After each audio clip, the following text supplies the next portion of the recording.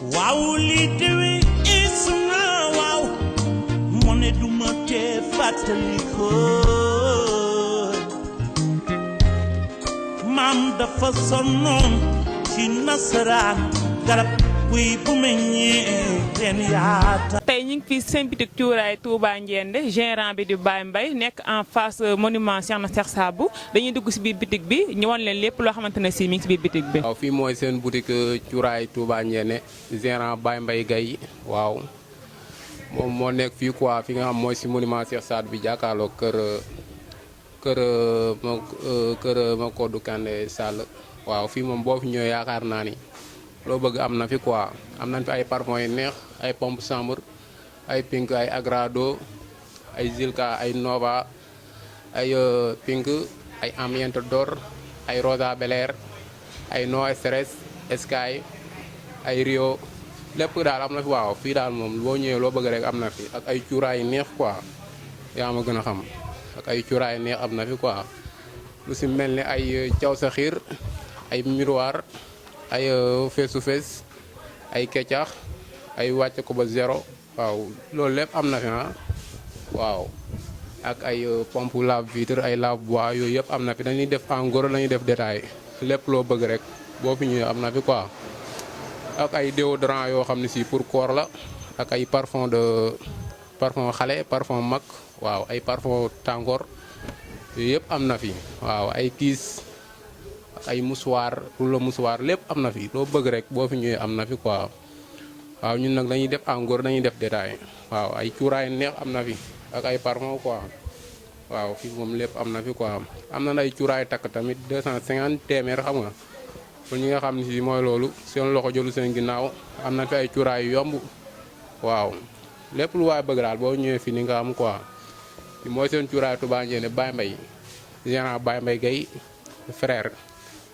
waaw moo géré fii quoi moo fi nekk lépp lu waaye bëgg rek boo ñëwee fii di nga ko am incha allah am nañ fi ay nuisette aussi quoi ay nuisette waaw ak ay ànd courant ay ànd jeu de lumière tout ça ainsi de suite ak yeneen ak yeneen waaw fii moom ku bëgg daal xam daal boo fi ñëwee rek incha allah moom di nga gis lépp quoi fii moom incha allah ku ma bëgg a jot waaw ku ma bëgg a jot moom mën nga ma woo si numéro bi sama numéro orange 77 121 47 06 wala bu la nee aussi nga woo ma ci expresso bi 866 35 45 boobu aussi ku ma si woo di nga ma jot quoi waaw ñun ñoo ngi fii quoi demuñu fenn ñun ci lii rek lañuy dox bëgg lu baax xam nga ku bëgg lu baax ñëwal fii daal fii moom yaakaar naa ne ku fi ñëw sa xol dina sedd quoi.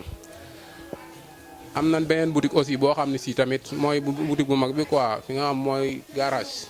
boo demee garage ni nga fekk nga xam si mooy Cheikh Cuuraay mooy sama grand frère bi quoi Cheikh moom aussi boo fa demee lépp loo bëgg rek am na fa waaw lépp loo bëgg lu nekk fii rek boo demee foofu di nga am na fa ay parfum yu neex aussi comme fii rek lépp loo bëgg am na fa ay pompe de chambre ay cuuraay ak ay gooye lépp waaw dara manqué ko aussi foofu boo fa demee ni nga ko am quoi lu waaye bëgg rek boo fa demee di nga ko fa am incha allah waaw moom day jaay en gros day jaay détail aussi lépp lu waaye bëgg en gros rek wala détail boo demee foofu di nga ko am waaw ñun moom jeeg gi ci ñoom la ñuy jàppale quoi xam nga ñu ngi seen ginnaaw quoi waaw ñun yéen la ñuy jàppale surtout période tabaski bi nga xam moo ñu bëgg a ñëw yaa am gën a xam xale yi jigéen ñi dañoo war a sëy te dañoo war a am yu baax ñoom tam waaw dañuy def ay pañe dox daje ak lépp pañe dox daje loo bëgg rek ñoo commencé 7500 6000 ba 10 000 15 000 30 000 ba 50 000 lépp loo bëgg si pañe noo bëgg mu mel ko rek boo ñëwee ñu defal la ko waaw dañuy def livraison lépp aussi dañ koy def même livraison aussi dañ koy def quoi fii daal moom yaakaar naa mooy daj dëpp gi quoi waaw daj dëpp gi moo nekk nii lu waay bëgg rek boo ñëwee fii ni nga am incha allah Cheikh Baye Mbaye moom lépp a fi am moom wax dëgg yàlla waaw dara manqué wu fi quoi non fii moom léegi yaakaar naa ku bëgg dara moom ku bëgg cuuraay bu neex wala parfum bu neex rek jëratul ngay dem fenn mën ngaa ñëw si monument Cheikh Sadbou bi nga laajte Baye Mbaye boo fi ñëwee incha allah di nga am ay cuuraay neex wala nga dem garage boo fa demee aussi boo station sel bi boo laajtee Cheikh cuuraay rek ñu la moo ngi nee quoi mooy foofu. sama numéro 77 la 121 47 06 numéro Cheikh aussi mooy 77 294 64 03 xam nga sama numéro expresso 70 866 35 45 waaw ku bëgg lu baax kaay fii ku bëgg lu baax ñëwal fii la mburu mi di xoyamee fii la lépp nekk fii la affaire yi xewee fii la lépp nekk fii dara manqué ko fi lépp a ngi fi waaw fii moom nice quoi yaa ma gën a xam rang muy gaaw rek rang muy gaaw yaa ma gën a xam waaw dama war a gaaw de warul yéex lépp am na fi fii moom yaakaar naa dara manqué wu fi quoi waaw. waaw li dewe is na waaw mu ne duma te fàttali ko maam dafa sonnoon ci nasaraan garab guy bu meññee ren yaata. asalaamaaleykum yéen mbokki internet yi suivre suñu seen YouTube Kébémer TV ginnaaw bi ñu sante yàlla di julli ci Seydina Mohamed di sant suñu ñaari waajur di sant Sëñ Tuubaa tey nekkoon suñu premier numéro fii ci Aaru Kajoor nekk émission boo xam ni Kébémer TV moo koy dawal ñu amoon tey comme suñu premier invité Samba Tounkara alliance Zambisco kon du ñu def lu dul bàyyi Zambisco mu def présentation ñu àggale. asalaamaaleykum yéen waa Kébémer TV maa ngi ziare mbokk internet yëpp waaw di leen ziare bu baax a baax di am contentement ci invitation bi. waaw Samba Tounkara alias Zambisco nekk un aslameur. aslameur fii ci Kébémer. mais Zambisco lan mooy islam. Islam, oui, islam c'est une forme de poésie qui allie écriture, oralité et expression zénith. Oui. loolu rek nga mën a wax ci islam. Non, bari na ay définition moom. Islam moo nekk le premier jeu qui combine les mécaniques de quiz et des mots croisés. Merci. nekk benn émission boo xam ne mi ngi daw France 3. France 3, oui. du lundi au vendredi. loolu jeu la. Je le vis. lu tax yéen ngeen ni kon da ngeen ko def sous forme de poésie. Si, je le mets sous forme de poésie là. Parce que jeu bi boo gisee liñ ci wax lépp sous forme de poésie la. comme nan Hein? comme nan. Non, parce que boo xoolee texte bi slameur bi di présenté devant le public. boo xoolee texte bi yëpp bu fekkee ne yow miy suivre dégg nga français jàng nga xam nga ne lii sous forme de poésie la parce que maanaam slam yi c'est déclamé. c'est déclamé. décla. déggoo ñu naan un slameur c'est un rappeur qui ne sait pas chanter mais il déclame. ok qui est le créateur. Le créateur il s'appelle Mark Smith. non man d'accord ma Jean-Michel Lam. Ouais, mais man, d'après mes recherches, il s'appelle Mark Smith. Il est un Américain, il est un poète américain. Il est né à Chicago. kan moo ko indi Sénégal islam. lu ko dugal Sénégal. Non, Sénégal moom xam naa ne c'était en 2003 la dugg biir Sénégal mais ki ko dugal Sénégal moom xam naa ne moom ay concours moo ko dugal fii Sénégal parce que dañ ko fi dugal c'était à Saint-Louis. Parce que auparavant bu ñu daan wax slam dañuy yaakaar ne slam Diallo la. alors que am du loolu quoi parce que boo xoolee rap bi ak kii bi ak comment dirais-je musique bi. ni ñu populaire ici au Sénégal slam demeewul noonu. kan moo ko dugal fii biir Sénégal. waaw. ah kan moo ko gagné fii daal kan moo ko njëkk a gagné biir Sénégal. kan moo ko fi njëkk gagné ba tey. Alfred. Oui. C'était en quelle année? C'était en quelle année? Si je ne me trompe pas, 2014. 2018 à Diourbel. À Diourbel, peut-être. Parce que man bi ma commencé di xam ne sax concours slam am na fii nii yàggul waa. am na Sénégal parce que maa ngi doon def slam et tout mais xaw ma ne woon sax am na ay concours yi am fii Sénégal. concours boobu ligue la tudd ligue de slam sénégalaise. Oui. à Diourbel. Oui. fa la ko gagné woon. ban slameur moo gën a ràññeeku fii ci Sénégal. Sénégal fii nii. Alfred boobu laa ci gën a xam nag. moom laa ci doon suivre. mais xamoo ñeneen. bien sûr xam naa ñeneen kay. comme ñeneen ngeen. William. il est à Dakar. Il est mon ami aussi. M'ont représenté Dakar cette année-ci. mas nga dem concours islam. non mësuma dem mais mës naa dugal sama demande mais malheureusement dama yéex a dugal waa léegi ñu ne ma bàyyil ba l'année prochaine incha allah. waaw nga nekk fii Kébémer nekk un artiste slameur. te ñun xamuñu lan mooy islam. ñu bëgg nga leeral ñu carrément islam nga tojal ñu ko ci olof comme ci français noo ko mënee rek. waaw islam moom comme li ma la wax léegi rek bu fekkee en wolof la maanaam un slameur comme li ma la wax rek c'est un porteur de voix. un porteur de voix porteur de voix du dox lépp luy injustice du ci dox. ñun dañuy défendre suñu peuple. slameur bi rappeur bi tout ça ñoom ñëpp ce sont des porteurs de voix xam nga donc quelqu'un qui s'engage man boog je m'engage à se faire la voix du peuple. slameur yi aussi ay voix du peuple lañ et rappeurs yi aussi de même que chanteurs yi ay voix du peuple parce que parfois am na chanteurs yu nga. yow li nga doon nga may wax fi mel nii mais waxoo ma lan mooy islam.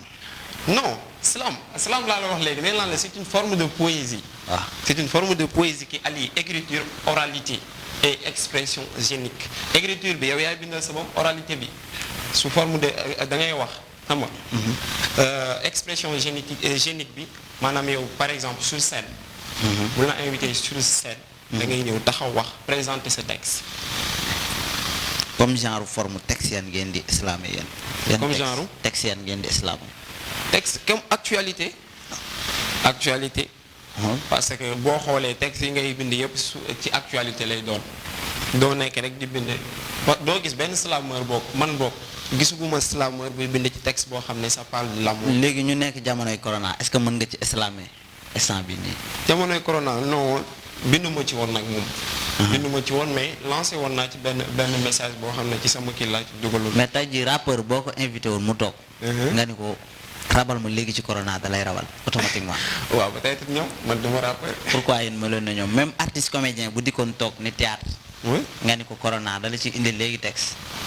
waaw ñoom nga wax xam nga da nga ne artiste comédien wax rappeur ne slameur. kon ñun bala ñoo bind ñoom dañuy ñëw rek automatiquement taxaw mën nañ taxaw fii di freestyle wala yooyu. ñun nag loolu fekk ñu si il faut que dañuy toog suñu biir nekk di bind de inspiré pour mën wax. yéen lu tax loolu mënoo leen ko. wala da ngeen ko jàngul. wala da ngeen ko jàngul. bokkul ci man gisuma ko ci règlement yi quoi. da ngay toog inspiré yu nga bind après bu ñu la invité. ou bien boo amee benn invitation sur scène. nga présenter ou bien boo waree génne vidéo nga def sa vidéo. c'est bon Zambisco est-ce que yaa ngi formé fii ay boy yoo xam ne dañuy prêt pour def islam. waaw bien sûr am naa benn atelier de slam fii nii ici à Kébémer. di ci woo ay xale yu nga xam ne xamuñu woon lan mooy slam. mais dañu gis may def slam ñu bëgg ko di ma woo à chaque fois sama benn collègue William bi nekk Dakar noonu ne ma pourquoi pas nga mën a créer benn atelier de slam au niveau de Kébémer. mais est-ce que yow li ngay def say parents xam nañ ko nii. est-ce que say parents xam nañ li ngay def mooy lan nii. samay parents ñun population Kébémer moom xam naa xamuñu la islam. waaw Kébémer mu wax dëgg yàlla xamuñu maanaam le mot slam lan la. gis nañ nag may def samay prestation et tout ñuy encourager mais ba tey am na ñoo xam ne xamuñu lan la man samay parents sax li may wax ni sama yaay danaa ma pourquoi lii ngay def doo ko wax en wolof ndax ñu mën ko xam parce que moom jàngu. kon texte yi ngay wax ni mënoo ko wax en wolof. bien sûr mën nañ ko wax en wolof parce que du français bi du obligatoire du luñ lay exiger ak yooyu yow yaay xool lu la neex que ce soit en wolof pël mandeng lu la neex nga koy waxee. waaw léegi yow texte bi nga mujjee bind. ci violence aux femmes. violence aux femmes oui. mën nga ñu ko tekk ci wolof. si mën naa ci wax que ni parce que loolu benn résumé la rek en wolof mën naa ko wax ni benn résumé que ni damay wax foofu ne maanaam xam nga jigéen kenn du ko dóor kenn du ko saaga kenn du ko toroxal kenn du ko maltraiter parce que ñoom elles sont toutes faibles et elles voient de nous des héros des protecteurs ñun ñi leen war a protéger war leen a jàppale bu ñu demee ba leen rey di leen violer kon mën naa ne le monde est en enfer. booy est-ce que ni nga ko defee ci jigéen di nga ko defee noonu ci góor. est-ce que ni nga ko defee ci jigéen di nga ko defee noonu ci góor texte bi nga bind ci jigéen. mais boo gisee Sénégal waxuma la Sénégal sax mais àdduna métit bi li ñuy teg métit yi ñuy teg jigéen ñi teguñu ko góor ñi. góor ñaa ngi koy daj de. waaw mais góor ñaa ngi koy daj mais li koy jigéen ñi di daj góor ñi dajuñu ko parfois sax sama damay poster statut ñu ne ma pourquoi ngay défendre jigéen ñi rek c'est parce que ñoom elles sont faibles looloo tax ma leen di défendre. Zambisco ma gis sa relation ak Wadison. lan ngeen seq yéen ñaar. waaw Wadison il est juste mon ami comme nan. sama xarit la waaw bi ñu xamante yàgg na yàggul parce que mën naa ne si lycée lañ xamante. benn jour laa dégg ñoom moom ak Tiba maa ngi leen nuyu au passage ñu def benn son di ko rendre hommage madame Guèye.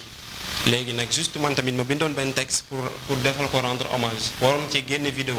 léegi bi ma demee seen label fekk ñoom ñu teg son bi ma déglu son bi après ñoom ba tey sax waxuma leen woon ñu def son bi ci sama texte boobu noonu.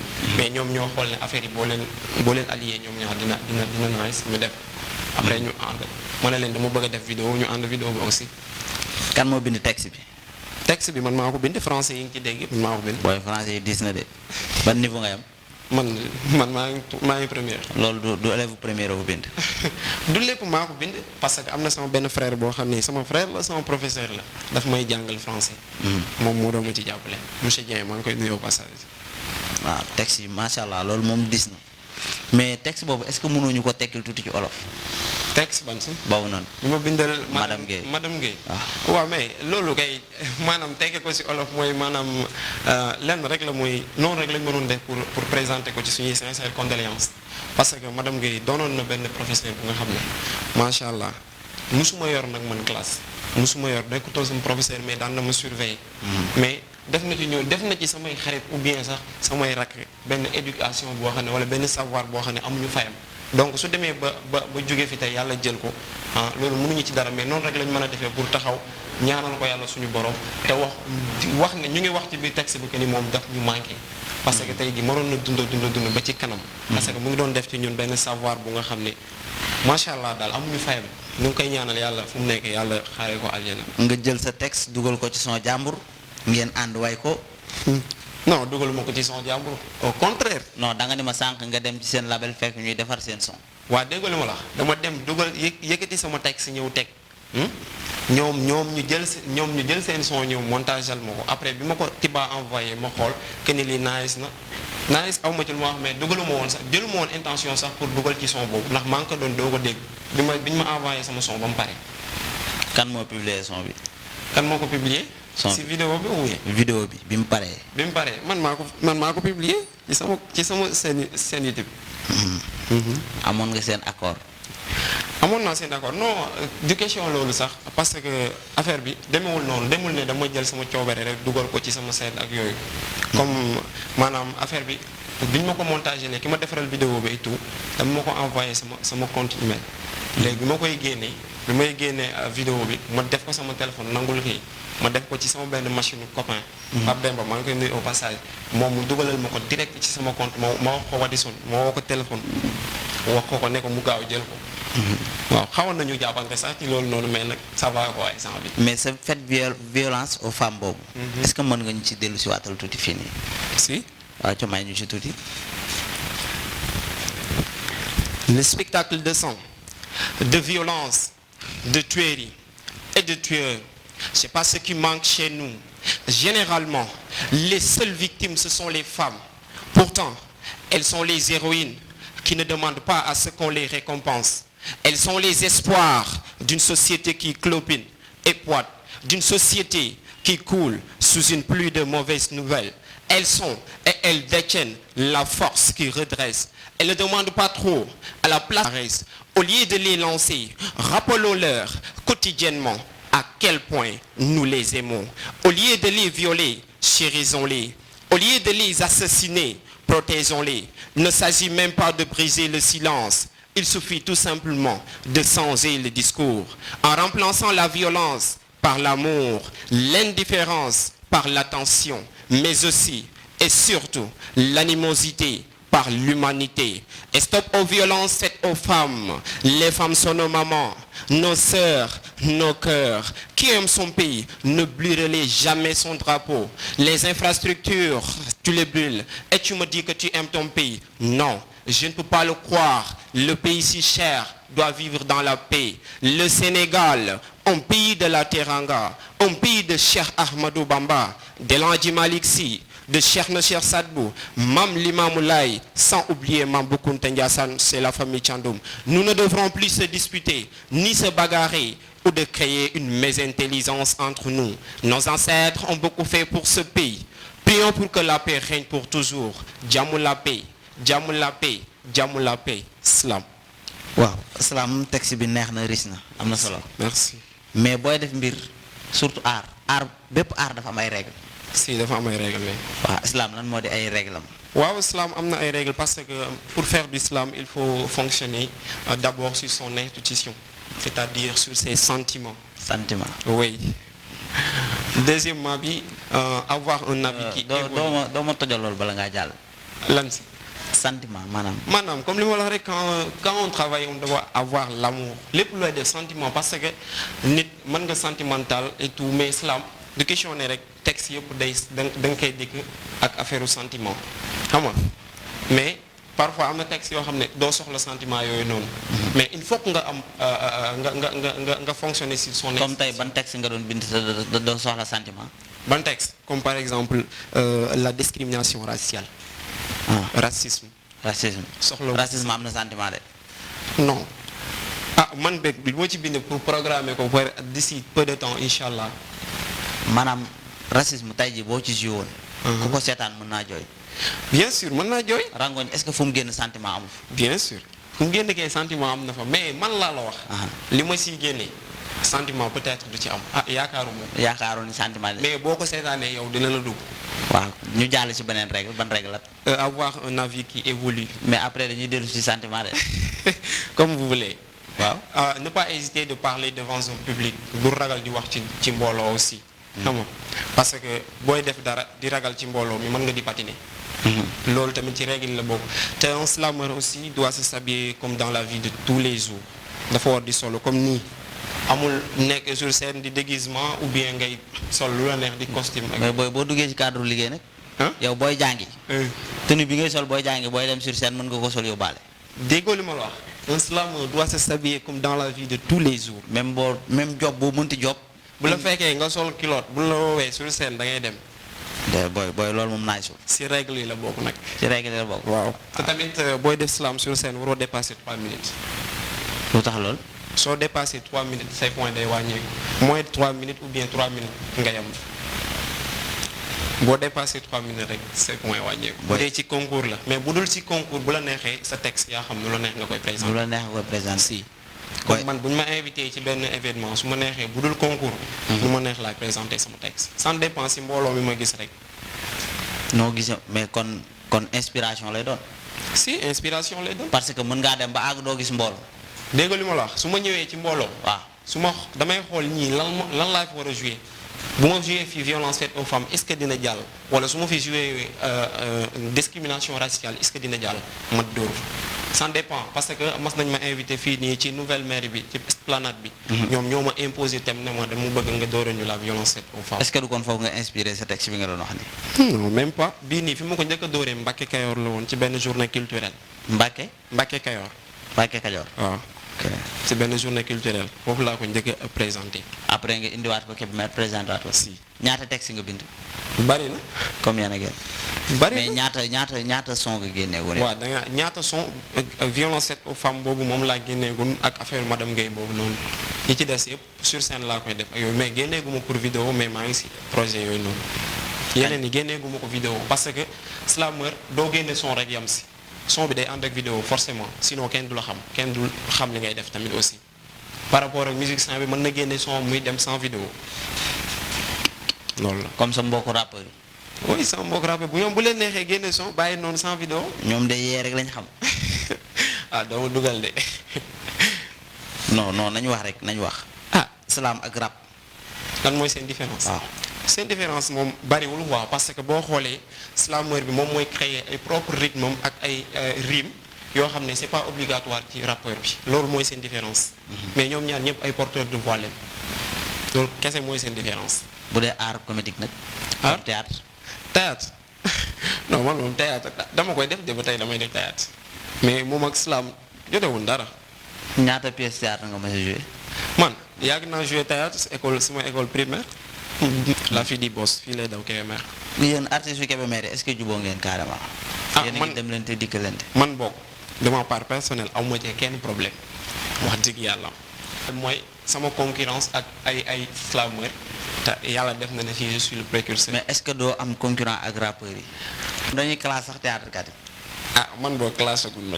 classe agul la. non. kenn musulaa classe. booy kon est-ce que. au contraire wax dëgg yàlla am nañu ko wax ne sax dañ ma way nekk dañ ma génneel son way ma ko muy. kan moo la mos a way. kan bro maa ngi koy nuyu au passage. lu mu la way. benn son boo xam ne ñun. non kon ñëpp la ko génneel. mais way na ma si da cay tudd sama tur. ok non da cay tudd sa tur mais woy la ko yow dong. en tout cas waaye lu ma ko man doog mais sama tur tudd na ko ci rek. nga jox ko ñaata. waaw Zambisco alias Samba Tunkara.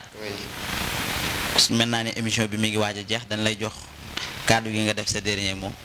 Je suis vraiment content de partager avec toi émission bi nii vraiment di sant waa Kébémer TV yëpp te di leen ñaanal aussi seen affaire bi dema dem ba au niveau international nit ñëpp di ko suivre. Vraiment kontaan naa trop di nuyuwaale au passage waa AFT yëpp nga xam ne samay xarit lañ sama lépp lañ ñooy toogandoo di defandoo lépp di nuyu sama papa di nuyu sama yaay di nuyu waa Médina yëpp. di sant ñëpp di gërëm ñëpp. waaw léegi yow loo wax ci Kébémer TV ak émission Aaru Kajoor. ñaan rek yàlla suñu borom maanaam yokk ko ba vraiment mu àgg foo xam ne yéen sax doo leen ko fa foogee parce que lii lu baax la parce que tey jii bari na artistes yu nga xam ne ñu ngi Kébémer kenn xamul leen ku ñu ma ni man mii nga invité ma te tey peut-être xam nga mooy loolu egguma foofu sax sama tur mën na dem mais egguma foofu donc kon awma lu ma leen di ñaanal lu dul yàlla suñu borom yëkkati leen ba ca kaw a kaw a kaw a kaw. seen suñu premier numéro ci Aaru Kajoor ñu amoon ci comme sponsor Cheikh Cuuraay mu ngi am ñaari boutique yi benn bi mi ngi garage en face station Shell boo ci bëggee dem da ngay woote ci 77 121 47 06 wala 77 994 64 03 wala 70 866 35 45 beneen boutique bi mi ngi nekk en face monument Cheikh na Cheikh Sadou route de marché ki leen doon présenté seen émission moo di Pape Thiam Mbaye ki nekkoon ci caméra bi moo di Ousmane ak Soxna Aïda merci.